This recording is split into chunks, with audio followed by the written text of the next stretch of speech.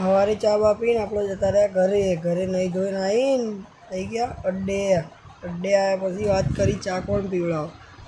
રિયાઝ કે હું પીવડાવી દઉં, પછી કે અમૃતલાલ કે હું પીવડાવી દઉં.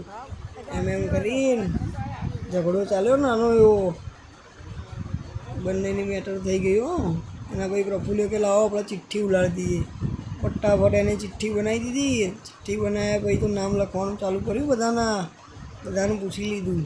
8 જણા થયા. એ ચાનું નામ લખવાનું ચાલુ કર્યું પ્રફુલ્લે તો.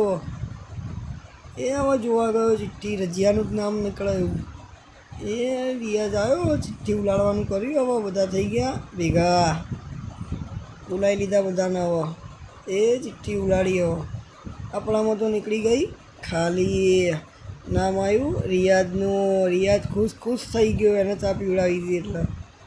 અમૃતલાલને કે મેં કીધું તું મારે જ પીવડાવવાની હે. તો હું રિયાઝ પહોંચી ગયા ચા લેવા. મને ઉતાવળ હતી એટલે મેં પી લીધી ચા.